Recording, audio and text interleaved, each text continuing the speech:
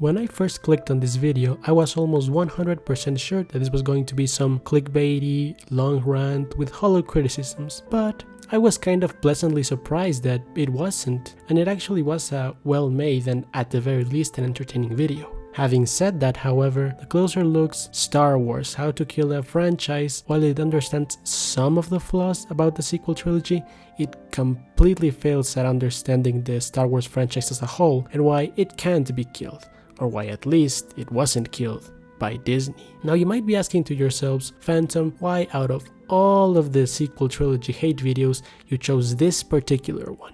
And that's a very good question, my dear hypothetical viewer. You see, there's a whole wave of YouTube videos that want to tell you how the sequel trilogy is the worst thing ever. Some of them, even if I don't agree with them, I can at least understand where they're coming from. Most of them, however, range from pathetic and misinformed to contenders for some of the worst videos I've seen in YouTube. And whenever you find one, more often than not, you find out that it's made like that by design, because the guy who made it usually runs with the same gang of clowns that think Pedro Pascal having an opinion is news, which makes it impossible for me to take them seriously. So that's reason number one. Even if I don't agree with him, I can at least take him seriously, unlike this other gang of bozos.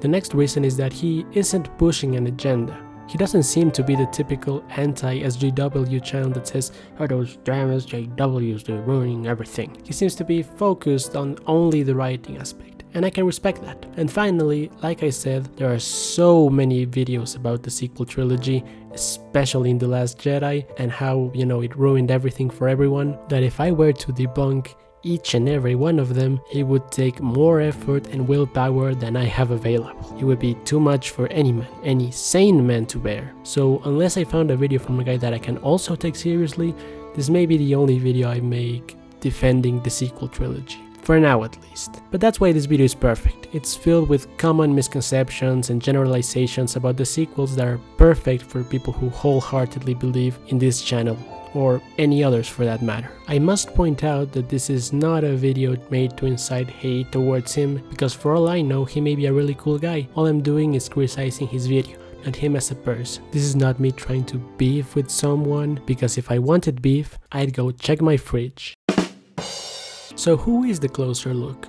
Well, he's a YouTube channel that dissects film and TV shows and explains why they either succeed or fail at what they're trying to do. From what I can gather, he's also a writer. So throughout this video, I'm going to refer to him as Mr. Writer. Overall, from the videos that I have seen, they seem to be okay. It's the typical film YouTube channel, not really anything special other than sometimes the videos are longer than usual. In fact, I actually really liked the video he made on Knives Out, but this video not only is his longest video yet, but from what I've seen, maybe it's worst. Why do I say this? Well, 10 seconds into the video and he contradicts himself.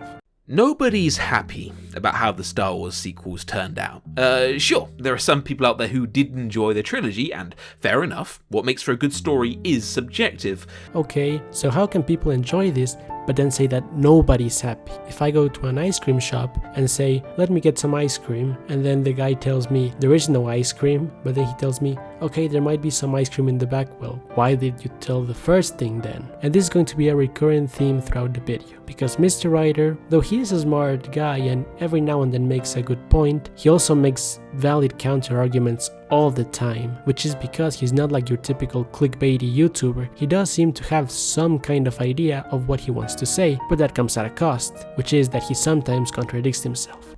And there is no one reason why Star Wars is now effectively a dead brand. Dead brand? Really? I mean, having each of the sequel trilogy films having passed the $1 billion mark, The Mandalorian being one of the most critically acclaimed and successful shows of last year and this year, and having people such as yourself constantly make videos even though the film was released 3 years ago, doesn't really sound to me like a dead brand. But what do I know, right? I'm not a writer. Now, quite bizarrely, it seems like the Star Wars fans themselves are the ones that hate this recent trilogy the most. Okay then, let me ask you something. What is a Star Wars fan? The question might seem pretty obvious, but think about it. Is it the people that watched it in the 70s and 80s? The people that, like myself, grew up with the new content that the prequels spanned the 90s and 2000s? Or is it the people whose first film was The Force Awakens and then became enamored with the franchise? In case you couldn't tell, the answer is all of them. But when you put it like that, it makes it seem like you are gatekeeping, and that just because some fans didn't like them, no fan did. Stick around for that. So how did Star Wars go from something that captivated generations of people to being one that's resulted in shelves full of unsold toys and having an audience that seems to hate it more than it enjoys it? It still is. If you ask me, things like The Mandalorian, Fallen Order, Rebels, and yes, even the sequel trilogy have captivated new people into liking the franchise. Also, have you seen what kids like these days? They don't care about toys, only boomers and man-childs like me still like toys. It would probably be because the sequel trilogy is a trilogy made only for the average theatre goer, and it's explicitly not made for pre-existing Star Wars fans. What? Of course they made for a casual audience. The original trilogy was also made for a casual audience. Almost every Star Wars product by design is made for a casual audience. If it was only made for Star Wars fans, then the franchise would never be able to grow and it would get old very, very fast. Oh, I'm sorry. Did I break your concentration? I didn't mean to do that. Please, continue. You were saying something about... Dead brand. What's the matter? Oh, you were finished. Oh, well, allow me to retort. What does Star Wars look like? What? What country you from? What? What ain't no country I ever heard of? They speak English and what? What? English, motherfucker! Do you speak it? Yes. Then you know what I'm saying. Yes. Describe what Star Wars looks like. What? Say what again? Say what again? I dare you. I double dare you, motherfucker. Say what one more goddamn time. Does he look like a dead brand? What? Does he look like a dead brand? No! Then why you try to treat him like one? He did. Yes, you did. Yes, you did, Brett. You tried to... You read the Bible, Brett? Yes. Oh, there's this passage I got memorized. Sort of fits this occasion. Ezekiel 25:17. The path of the righteous man is beset on all sides by the iniquities of the selfish and the tyranny of evil men. Blessed is he who in the name of charity and goodwill shepherds the weak through the valley of darkness, for he is truly his brother's keeper and the finder of lost children.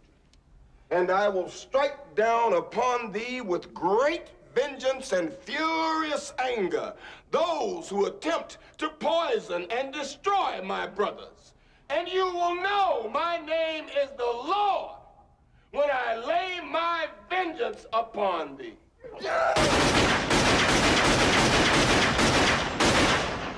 Okay, I may have gone too far in a few places, but anyways. But especially The Last Jedi, is that the people who don't care about Star Wars and just watch the films because, there's nothing else on in the cinema or it's free on Netflix, might as well see what all the Star Wars fuss is about, are the very people who've enjoyed the sequel trilogy more than the core fanbase has.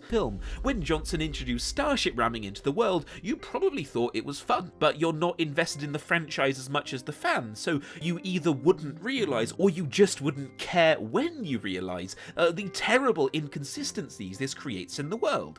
For example, if starship ramming creates this much damage, why did the Empire bother to sink ridiculous amounts of time and resources into building 2 Death Stars when they could have just crashed a few starships into any planets they wanted destroyed? It would have been a lot cheaper, so why didn't they do it? And also, why haven't we seen this tactic of starship ramming done in other Star Wars space battles?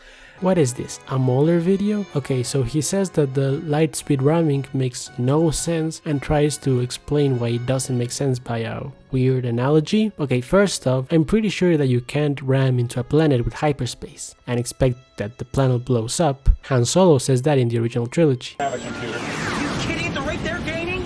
Traveling through hyperspace ain't like dusting crops, boy. Without precise calculations, we'd fly right through a star or bounce too close to a supernova and then it into your trip real quick, wouldn't we? So no, a ship hyperspacing into a planet would not be able to destroy it. Again, that is something that some people have said for so long that it has begun to be taken as a fact, when it isn't. Also, how boring would it be if everything we have seen in space battles was all there was? People need to understand that the Holdo maneuver was just a last-ditch effort to stop the First Order. Just like the kamikaze pilots in World War II, they were technically effective in the sense that they could destroy the American dreadnoughts or battleships, but people were committing suicide and were only used because they couldn't match the amount of battleships that the US had. Something like, why not use the Holdo maneuver against the Death Star or in any other situation? The simple answer is just, that's not how hyperspace works. We don't understand it completely, and you just have to assume that there are reasons that we don't know. My go-to answer has been that Holdo's jump was not a move of confidence, but of desperation. Even in the book, Holdo is only attempting to distract the First Order. I don't think her intent was to rip the fleet apart, she just wanted them to focus on her for a second and not the transports. Maybe she thought there was a chance it could work, but there were no guarantees. I assume a lot of very small specific things would have to go very right to do what Holdo did. He then talks about how The Force Awakens is too similar and hence it's a bad sequel. And he sort of has a point there. The Force Awakens is a very entertaining yet derivative movie, but that's also why it succeeded. Sometimes playing it safe is the best alternative, and Disney knew it. After the mixed reception, to put it mildly, from critics and audiences towards the prequels, Disney knew they couldn't go too far in a few places. That's why The Force Awakens is mostly a crowd-pleaser film, but was also good enough in its own merits that it could kickstart a new trilogy. Having said that, some changes in story could have come a long way in giving the film a much more distinct feeling from A New Hope. And yeah, Han is essentially the same guy we saw all those years ago. So what is Mr. Ryder's solution to this problem? Turn him into Indiana Jones from Kingdom of the Crystal Skull. And we all know how well that turned out.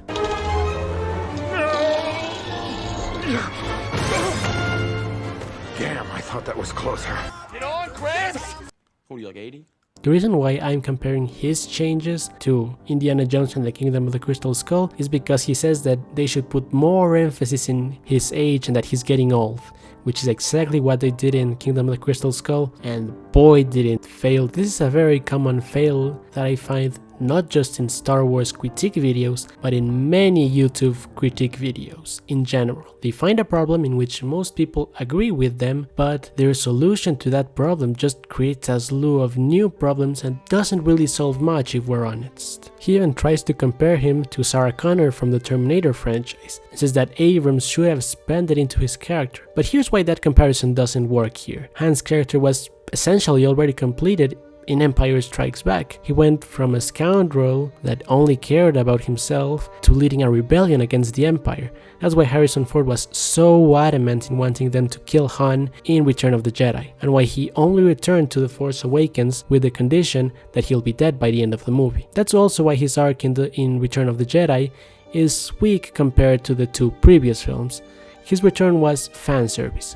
Good fan service, but fan service nonetheless. And that's not to mention that Terminator 2 and The Force Awakens can't really be compared because Terminator 2 came only a few years after Terminator 1. The Force Awakens is set 30 years after the events of Return of the Jedi, so a more accurate comparison would be what they did with Sarah Connor in Terminator Dark Fate, which I don't really think that's a good thing, if I'm honest. I mean, I get where he's coming from, but is it seriously the best idea to be constantly reminded that these characters are old? And wouldn't this take the focus away from the characters of this trilogy? I think so, but then again, I'm not a writer, so... Standard. Like, what I'd argue is the main reason why is it takes what people loved about the original, but it doesn't just carry those things over, it expands upon them. Is it?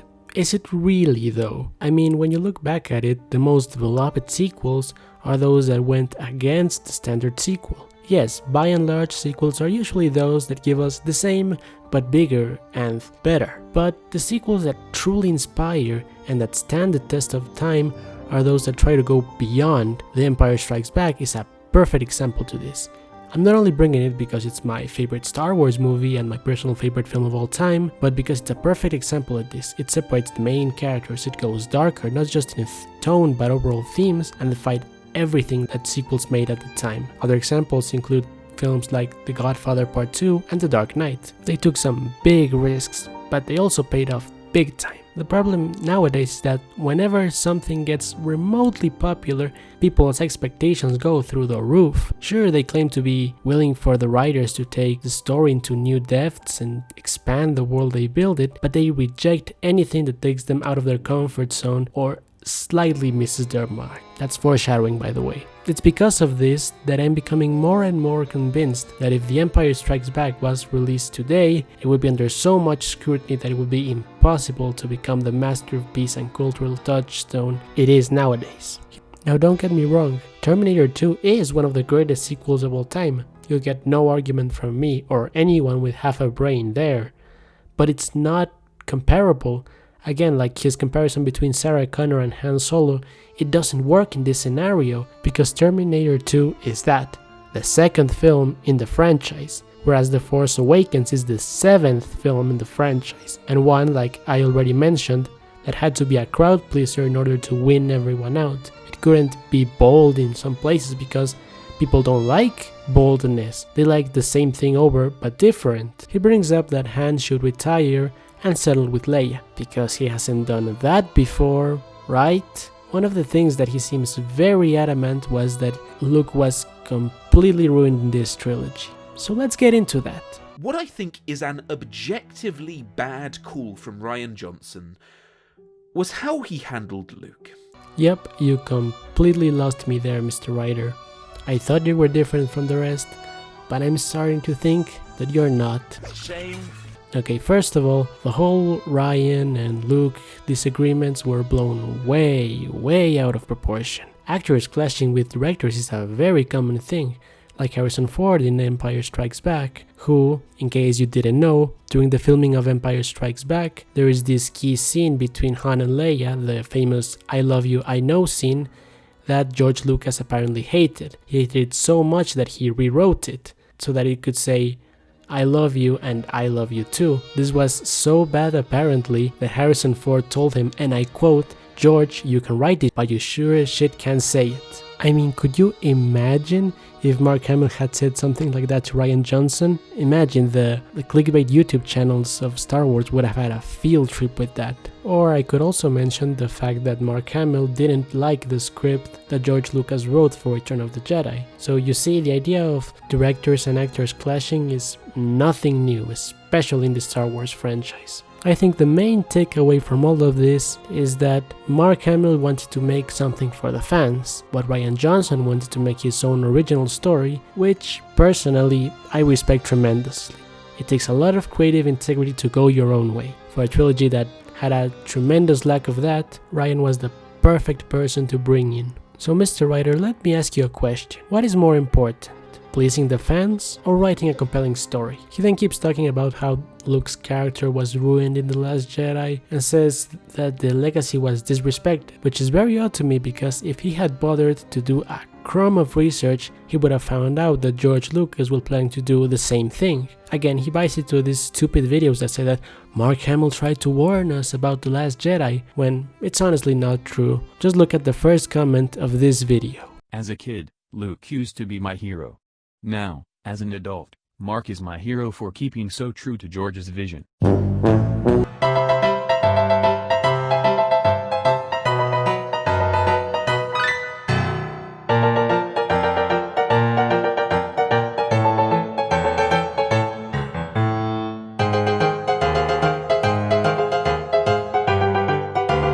Which is sad that he has to preach to the core essentially in these parts, but again, it's kind of expected. He claims that one of the things that ruined Luke in The Last Jedi, like most of these people say, was that he tried to kill Kylo. But he always uses this image, which, if you remember correctly, is how Kylo saw the incident, not how it actually happened. This is how it really happened, which again, if he was paying attention and bothered to do some research, he would have realized how this scene is framed exactly like the way Luke's descent into Return of the Jedi was. Which is funny because if you check the comments naturally has the typical argument that, oh, but Luke saw the good in Vader, but he doesn't see the good in poor little Kylo, which is that most people tend to forget that he is snapped in Return of the Jedi. He savagely beats Vader, he cut off his hand, he was clearly going to the dark side, and in both cases he does realize this before he makes the final mistake. What's odd is that he actually agrees with Rian Johnson in the sense that he wants Luke to be left as a hermit, which I find it odd because a lot of people tend to get really angry about that. But again, this shows me that he does seem to understand that there was a necessity for change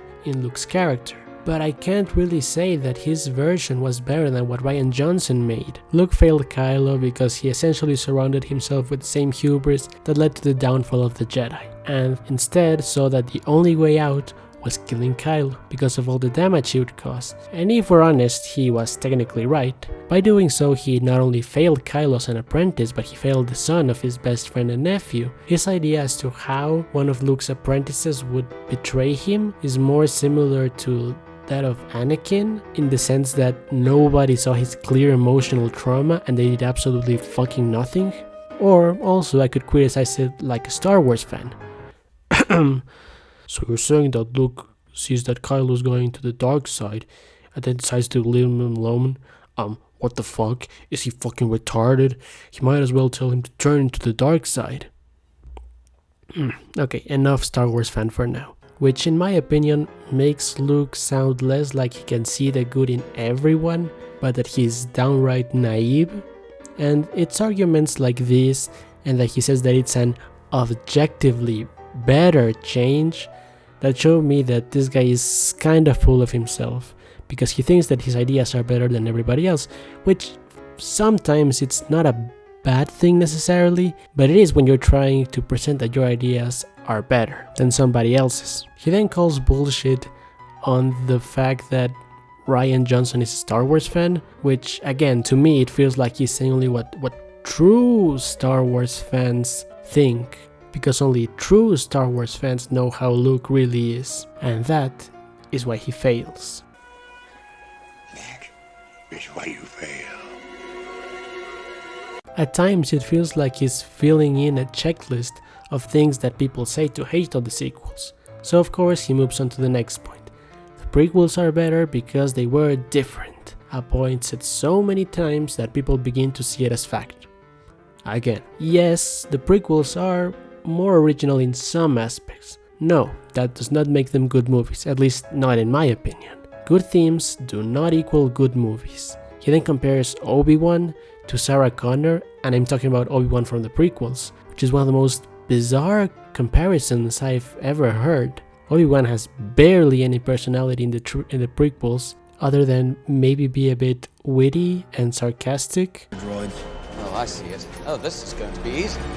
In episode 3, that is. In the other episodes you don't really see that. And I think that's mostly because of Ewan McGregor's acting more than the writing itself, but whatever. He then says that Luke should have been the Obi-Wan of the prequels, which again, it's kind of a debatable argument, especially considering how he barely had any personality other than being witty.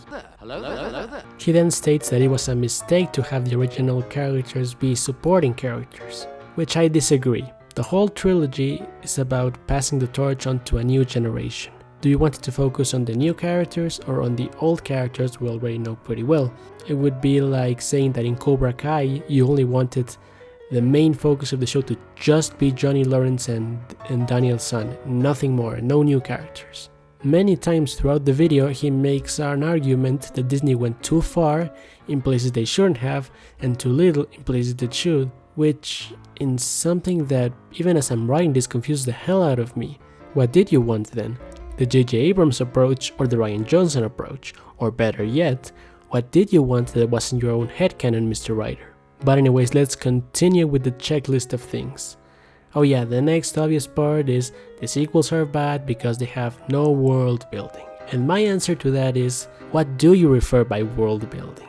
He says that the prequels did it better, unsurprisingly, So let's see what the prequels actually did. Remember, I am only referencing to the films, no comic books, no video games, no Clone Wars show, nothing like that, just these 3 films. The prequels gave us different planets. Okay, the sequels did that too. The prequels gave us new factions. Well, so did the sequels. The prequels gave us new ships. Again, the sequels did that too. The prequels told us about a ruling system that was on the edge and that fell in the end, which, guess again, yup, the sequels did that too. The prequel's good because world building is inherently flawed, because most of it was not really merits of just the prequels. They had the luck of having so much other media that helped them consolidate as having rich world building, like the Clone Wars that showed us the corruption in the Senate, humanized the clones, and did what they could to make Anakin a decent character, things the prequels barely touched upon. Overall, the sequels, with some exceptions, did world building about as good as the prequels did. The only difference is that the prequels have a giant crutch called the expanded media, which was built years after the prequels ended, and is still being built, honestly. I agree with him that Lucas is great at crafting worlds and is a creative genius, but you are vastly overestimating what the prequels actually did. I mean, be honest, do you think anyone would have been interested in the Clone Wars if there weren't 2 TV shows and countless video games about them? I wouldn't, I can tell you that much. His next point is that the prequels have small details that make them interesting that the sequels don't have, which, once again, it's not true. Off the top of my head, you can see this in Kylo's lightsaber, for example. You can hear that it rattles and stutters, clearly showing that Kylo never completed the Jedi training properly, and this is not a clean lightsaber like the others were accustomed to. They could have easily just made it plain red like all of the other bad guys in the prequels, but instead it actually uses his lightsaber to show you his personality, how he's erratic. He then loses his shit when he sees that they added wheels to a speeder in The Rise of Skywalker, because there are no tracked or wheeled vehicles in the prequels. Oh, there was that one. Oh, and that one too. And yes, they did improve in many senses the tech from the original trilogy. For example, you can see that the Star Destroyers in the original trilogy have a clear bridge, very prone to attacks. Like here,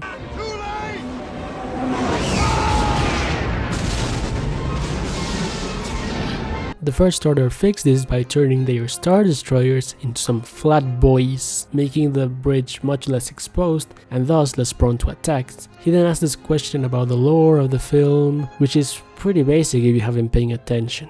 Is the First Order a fairly small government with control over just a handful of systems, or is the First Order a massive empire that has control over nearly the entire Star Wars galaxy? The second one. It's pretty well established since the beginning that the First Order is big and mighty. Do you think, Mr. Writer, that if they had the control of only a few planets, they would have been able to have the manpower to build something like Starkiller Base? But if they are this large empire, why would they build a Death Star? Because they know that they're a massive waste of time and resources, because all they ever do is get blown up the second they get finished. Well, you could make the same argument for the Empire in Return of the Jedi. If they blew up the first one, why build another one? Why did the Empire didn't just build a bigger Navy instead of a second Death Star? See, if you overanalyze any Star Wars film like you do with the sequels, you can poke holes through any of them, and honestly, where's the fun in that? We also don't know how the Trade Federation got so powerful, or why there's a separatist movement against the Republic in the prequels. Those are things that are never brought up in them. Sure, it's brought up elsewhere, but you began this part by pressing how strong the world building is in the prequels. Just the prequels, when in truth it's about the same. The only difference is that the prequels' world building has been made for over 20 years, whereas the sequels have only been for 5. He then goes to what he calls the worst offender, which is basically, why didn't every planet simply ally against the First Order the moment that Starkiller Base was destroyed? Well, first of all, wouldn't you be scared if the main core of the Republic was completely obliterated? Secondly, even though their big Doomsday weapon was destroyed, they still had a sizable navy, like you can imagine. Just every planet saying, yeah, let's attack them. It's not like they have a sizable navy that'll crush us. It's like saying, why didn't every country just declare war on Germany during World War II after France surrendered? He then states that the way they could have been fixed this was by acting like if the New Republic still existed, which he doesn't seem to understand, that the core worlds of the New Republic were completely obliterated, and maybe, perhaps, it was in those worlds that most of their army was located. It's It's not bad world building, it's just a different interpretation of what you want. But of course, he has a way to fix this. What does he come up with? Politics.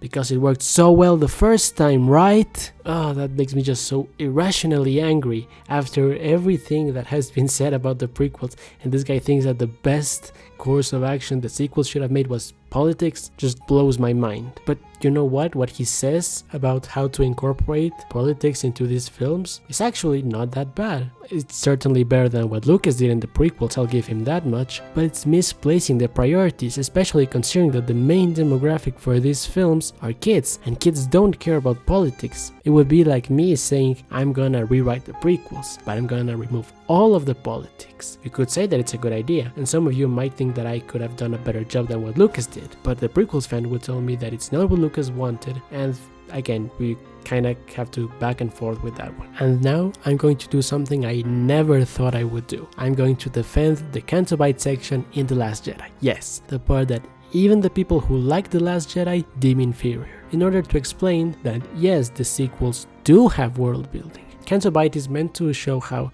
even though the rest of the galaxy is at war, the rich aliens act like nothing. It's a really good thematic reference to another movie called Brazil, which also has the similar idea of people being completely isolated to the conflicts that's happening around them. And it's here why DJ works so well. It shows that as the rich keep getting richer, it's better to just not join because it's not worth it. I mean, I don't want to go full on society with you, but hey, you said you wanted an example of world building in the sequels, so there. Now he moves on to the part that technically I agree with, which is that the sequel trilogy has no consistent vision, which I would be open to agree with, but even here, he still manages to get things wrong. One of which is the typical, well, at least the prequels had a consistent vision, to which I reply, well, if that's the case, then why did the Jedi never investigate the true origin of the clones? It's implied, but the main part of Palpatine's plan could have been avoided had the Jedi just dug a little deeper. It's such a glaring plot hole that you might be thinking, how did Lucas get away with this? Well, short answer is he didn't. He was going to put it in the film, but then decided to focus more on Anakin. But don't worry, we did got an answer. A mere 8 years later. Imagine that you had to wait to not only read expanded media to understand a key plot point in the film, but to wait 8 years for it. You could make the argument that being better than the prequels is not something to brag about, and I would completely agree there. But keep in mind, Mr. Writer keeps bringing them up as positives, so I'm forced to shut down his arguments. Anyways, his next point regards how certain characters were completely wasted. He first talks about Finn, which, if I'm honest, if I had to say one character from this trilogy that did not have a satisfying arc, it was Finn. So I should just move on to the next part and give him the point. But where would the fun be in that? So, just like me defending Canto Bight, I'm going to do something I never thought I'd do and try and defend Finn's arc. At least in the first two movies, that is. I really can't defend The Rise of Skywalker that much. I don't think anyone can. In The Force Awakens, we see that Finn cares very little about anybody else other than Rey, and this continues in The Last Jedi, as he's willing to leave the Resistance just to save Rey. This is why Rose is the perfect counterbalance to Finn, as she has put everything on the line for the Resistance. Then comes the character of DJ, who gives the message of, live free, don't join. A message that Finn finds appealing, as it has been shown throughout the trilogy up until that point. DJ is essentially what Finn could become if he only cares about himself and doesn't fight for a cause. We are even shown that DJ is not necessarily a bad person, but that when shit goes sideways, he's willing to betray people so that he can stay on top. It's at this moment that Finn realizes that he doesn't want to become someone like DJ. And then, in the ensuing fight with Phasma, he finally claims that he is Rebel scum. He finally accepts that he does care about the Resistance. Then in the Battle of Crait, it's shown how he's willing to sacrifice himself for the Resistance, which echoes Han Solo's arc in the original trilogy, who goes from a rogue-like figure that doesn't care about anyone to being willing to sacrifice himself so that his friends could survive. If anything, they copy too similar the role of Han Solo, as both become mere sidekicks in the final episode of their respective trilogy. Considering how little character development he had in episode 9, maybe it would have been better if he did die in episode 8. A key mistake that Mr. Writer makes is that he sees him as a different character that seems to care about other stormtroopers, when it's never shown that he cares about anyone other than himself and obviously Rey. While I can sort of understand where he's coming from with the flaws in Finn's arc, he then completely loses me by bringing one of the characters that was consistently well written in all 3 films, Kylo Ren. He first comes up with the argument that there was no clear idea of what they wanted the character to be, showing him in The Force Awakens as wanting to finish what Darth Vader started, but then in The Last Jedi saying that let the past die. And again, I'm not sure if he forgot about like most of the character development that Kylo had in both The Force Awakens and The Last Jedi, because in The Force Awakens he's shown as wanting to become Darth Vader, but he's constantly being called by the light. That's why the confrontation between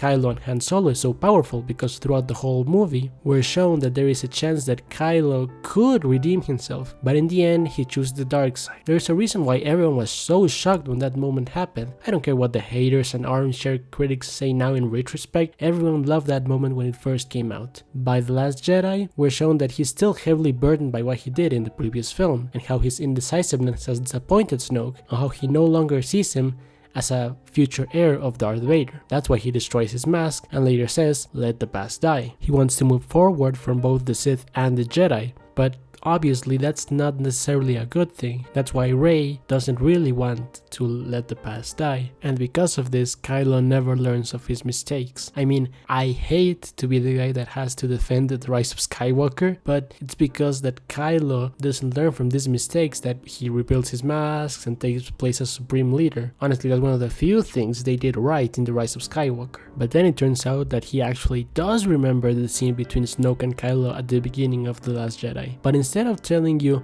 all that Snoke told him in that scene, he shows one line. But what about the part with Snoke that says, When I found you, I saw what all masters live to see.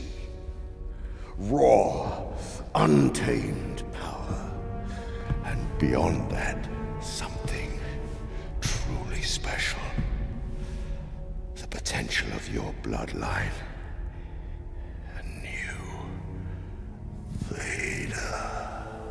Now, I fear I was mistaken. I've given everything I have to you. To the dark side. or Yes. There it is.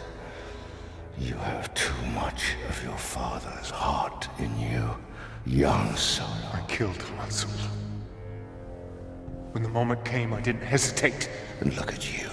The deed split your spirit to the bone. nah, let's better misrepresent one of the key scenes of Kylo's character development in The Last Jedi. He then says this, which honestly just baffles me. A way better execution of this arc would be if Kylo spends the whole of The Force Awakens trying to be like Darth Vader. Then in The Last Jedi, he's trying and failing to be like Darth Vader. Congratulations, you have just understood the character of Kylo Ren. Funny how he describes him almost exactly as how it happened in the films. Kylo does do what Vader would have done in The Force Awakens by killing Han Solo, and just like he says in the video, that shows him that he's not Darth Vader, and this is also in that key moment in The Last Jedi when he refuses to kill Leia. He then throws a rumor and tries to pass it off as fact, which, you know, you can have any opinion you want about this film or any of the Star Wars films, but when you purposefully misinform people so that your narrative can stick, that's when I just lose faith in you. He passes this rumor that Rian Johnson threw out all of the ideas for episode 8 that J.J. Abrams gave him and wanted to go in his own way, which, as far as I know, there is no evidence to suggest that. In fact, J.J. Abrams was an executive producer in The Last Jedi, meaning that he had full veto powers in case anything that he didn't like that Rian Johnson made, he could have easily taken it away. And another fun fact is that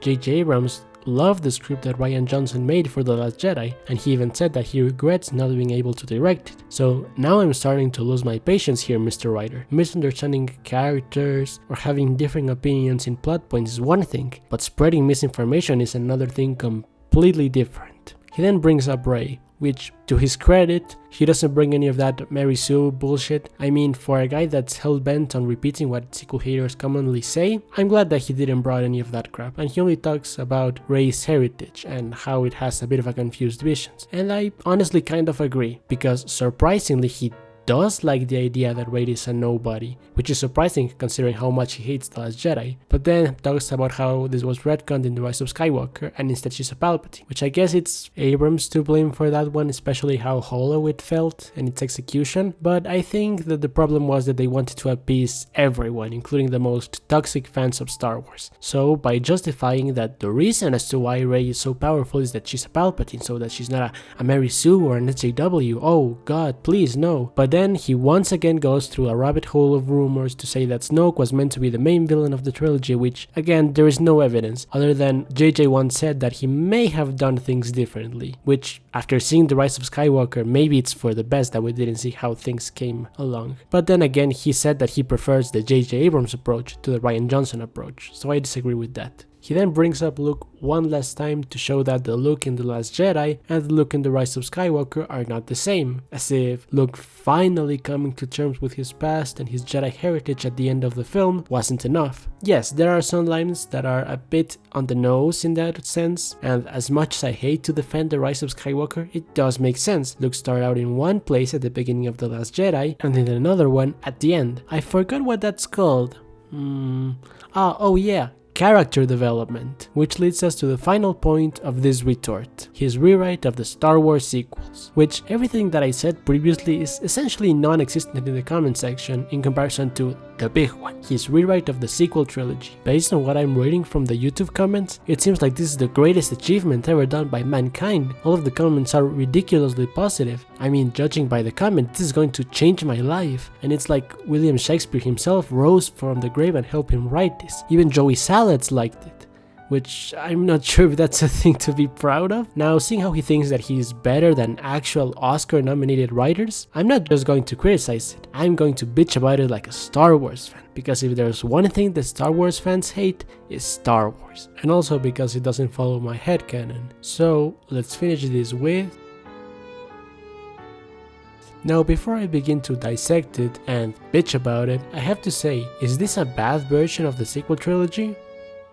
No, not really. I can't say it in good faith that it was terrible or anything like that, as much as I would like to. But it was just that, it was fanfiction. It's like saying that I like Raylo fanfiction. It really doesn't have any value to me. But did it change my life? Did it fill the void that the sequel trilogy left me with? Did it give meaning to my meaningless life, as the comment said it would? Because remember, they described it like the greatest thing ever. Did it completely destroy the sequel trilogy with facts and logic? No. Are you sure? Yes. The problem is that I can't even compare them side to side, because he went off in a completely different direction, which might sound like a good idea, but overall it really wasn't that much of a change, at least in terms of quality. One of the first changes that he makes to the story is that he wants to make it look like there's an all-out war between the First Order and the New Republic, which at this point in the timeline it's kind of unnecessary, considering that both in canon and legends the Empire is always in the retreating side after the Battle of Endor, and also it seems incredibly similar to what we saw in the prequels with the fight between the Republic and Separatists. He then introduces Kylo and Poe as they duke it out in a dogfight in the respective ships, because he says that Poe was never shown in the sequels to be a great pilot, and instead we're only told that, which it's not true considering he does a lot of flying throughout the film, like at the beginning of The Last Jedi. He then ends the first scene, first act, first 20 minutes of the film, I don't know, by having a mysterious gigantic ship appear and deactivate every other ship. And then he changes to another scene. And okay, I'm gonna get a little personal here. I hate the whole making a big reveal and then change the scene so that we get the reveal later. It feels very amateurish from a writer's perspective, as if you can't find a way to engage people naturally with the natural, slow, dramatic process to set up the scene, so you must set up some kind of threat, but then cut it just so that it can be revealed later. Imagine if in A New Hope, during the opening, just as Darth Vader enters into the scene, it cuts to Luke on Tatooine. It reminds me of the whole 3 weeks earlier shtick, which in turn reminds me of that Rick and Morty episode. Yeah, no wonder he prefers the J.J. Abrams route to that of Rian Johnson, because he's clearly all about mystery boxes. He then focuses on Luke, who trains students Rey and Cal. because even though it took him a month to write, he couldn't think of any other new character name. We see that Luke is dismissive of Rey for some reason that will be revealed later. Now he says that Luke and the Jedi Order are hiding in secrecy because the New Republic is scared of them, which is like, what? That's not just a rewrite of the sequels, you're rewriting the whole Star Wars canon there. Why would the Republic be putting bounties on the Jedi, considering, you know, the main forces behind the rebellion knew that the Jedi were not evil, and it was a Jedi who essentially took down the Empire?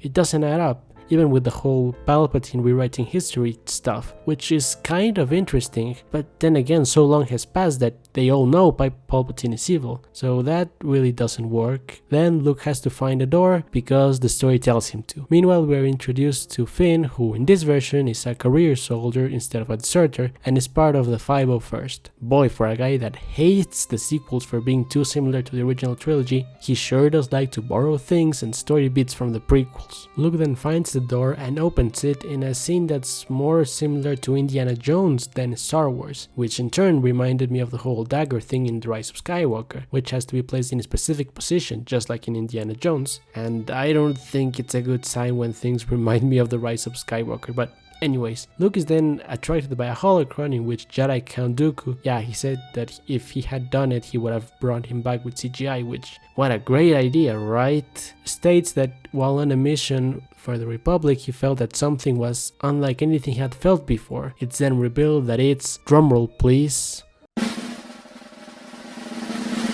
the Yuuzhan Vong. And then it hit me like a brick. Now I understand why the people were so kind in the comments of this video. It's all of those EU fans who wanted the Yuuzhan Vong so badly. And also, I gotta say, I was never a huge fan of them. Like, I don't know everything there is to know about the expanded universe, but that thing in particular, the Yuuzhan Vong, reminds me a lot of just space orcs. And the whole good guys teaming up with the bad guys is very meh. Another thing that I really dislike about them is that they kinda retcon Palpatine into a sort of good guy because he was aiming to protect the galaxy from all type of future threats because he had a vision, which was fine in a world before the prequels, but now we know that the guy is literally pure evil and it just doesn't work anymore. He then takes credit as if it was his idea to have the New Republic and the Empire fight together. No, you didn't come up with that, neither with the idea of the Yuuzhan Vong, so you really can't act all high and mighty like if it was your idea. Huh, well you know boss, he's regular J.J. Abrams this kid, huh boss? He then moves on to Rey, which I gotta say, it was better than what I was expecting, but he gives her a different story, not necessarily a better one, so it's hard for me to compare the two. On the other hand, his rewrite of Luke falls flat on its face. He makes Luke into a bitter old man because one of his students betrayed him. But the difference between this Luke and the Luke from The Last Jedi is that this Luke rebuilt the Jedi Order again, which, I don't know, it doesn't really strike me that Luke, after essentially having lost everything with the first Jedi Order, he would essentially turn around and just shrug and say, whatever, let's try it again. That's why I believe that the Luke in Exile makes much more sense than the bitter master that has some resentment to his students. We then find out that the reason for Luke's distrust of Rey is because he senses too much of Kylo Ren in her, which, like I mentioned, Kylo was also one of his students in this film, but trained him even though he was the grandson of Palpatine. He taught him everything he knew and then he betrayed him, which makes Luke sound more like he doesn't see the good in people, but rather he's just simply naive and just can't tell apart good from evil. I wish he would have fleshed this out a little more to understand, but from what I hear it's kind of vague and gives more that impression than what I think he was going for. Then Rey goes to fight the Yuuzhan Vong, which it's not really explained if the Jedi joined the war, but he makes it sound like if Rey and only Rey went to fight with them. He then meets Kylo Ren and they essentially become Master and Padawan, which devastates Luke. And now stop me if you've heard this before, but after Luke feels that he has failed another apprentice, he then meets with the Force ghost of one of his former masters. Sound familiar? It should be because it's the same scene from The Last Jedi, but instead of Yoda, it's Obi-Wan. The rest of his rewrite is more about how it's revealed that Rey is in fact the daughter of Darth Khan, a Sith that he wrote instead of Snoke. She joins her in the dark side, yada yada yada. Rey and Kylo he'd end up leading the new Jedi Order, and that's kind of it of the story. Oh, I forgot. You might be wondering, what about Finn and Poe? Well, they are never mentioned throughout the rest of the story, other than at the end, which is pretty ironic considering how he said that both of these characters were wasted in the sequel trilogy, so ironic. Ironic. Overall, my reaction is pretty lukewarm to this rewrite. It's about what I would expect from someone that is wanting to rewrite the sequels, but at the same time thinking that he's doing a better job while also looking down on them, and by doing so self-proclaiming himself as a better writer than them. But like a wise Jedi once said, "Your overconfidence is your weakness." So yeah, pretty mediocre. I don't really get what the whole comment section is raving about. So when I started making this video, I genuinely wanted to understand how he came to those points, and most importantly, the title. And while I sometimes agreed with him, other times it just didn't work for me. He misunderstands so many things about the films, and even Star Wars in general, that at times it feels like he's just preaching to the core, because the algorithm is showing that the hating the sequels is what gets the views. Now granted, like I mentioned, he doesn't do it overtly, like the Gang of Clowns I mentioned at the beginning, but it can still be noticed throughout parts of the video. But the thing that definitely rubbed me the wrong way the most was the title. Not his criticism of the sequels, not his whitewashing of the prequels, or his average rewrite. The title feels at the times borderline disingenuous, when, like I already mentioned, the use killing feels more as a ploy for views than anything else, not really an artistic choice in my opinion. Because if you look at Star Wars as a whole, you can really see that if it has survived all of those other things, I really don't think that the sequel trilogy is going to be the end. And as you can clearly notice by the positive reception of The Mandalorian, it clearly hasn't. That's why so many anti-Disney Star Wars fans that are hell-bent on telling you how Disney ruined everything, lightsabers, Jedis, or whatever, the moment that The Mandalorian began to become successful and they couldn't ignore it anymore, they went, oh no, The Mandalorian is saving Star Wars, yeah, saving, please, give me views, please. Now don't get me wrong, I'm not gonna act here like if the sequels are high art or something like that. Well, The Last Jedi may be high art, but in the trilogy in general, yes, mistakes were made, but overall, is it really worse than what we have seen in the past? I don't think so, but hey, that's up to you. So I think we all learned a valuable lesson here, kids. When you make a Star Wars movie, it's not all just about the fans. It's not just about the fans. Unless they're prequel fans or expanded universe fans, then you need to give them all of the fan service they require or deem necessary. Now, before we leave, I would like to leave you with a very insightful quote that I found while researching for this video, about not only the state of Star Wars as a whole, but what Star Wars should strive to be in the future. When people ask me, don't you think people are going to get sick of Star Wars movies? To me, that question indicates that they're thinking of Star Wars movies as a museum exhibit that is wheeled out once a year. So you can say, oh, I love that thing. Oh, I remember that thing. And yes, if Star Wars is that, people are going to get sick of it really quickly. But if Star Wars are great new movies that are exciting and fresh, and that challenge you and surprise you and make you feel things and engage you the way that those original movies did, but always taking you to new places, both in the galaxy and emotionally, that's never going to get old. That's what it's all about.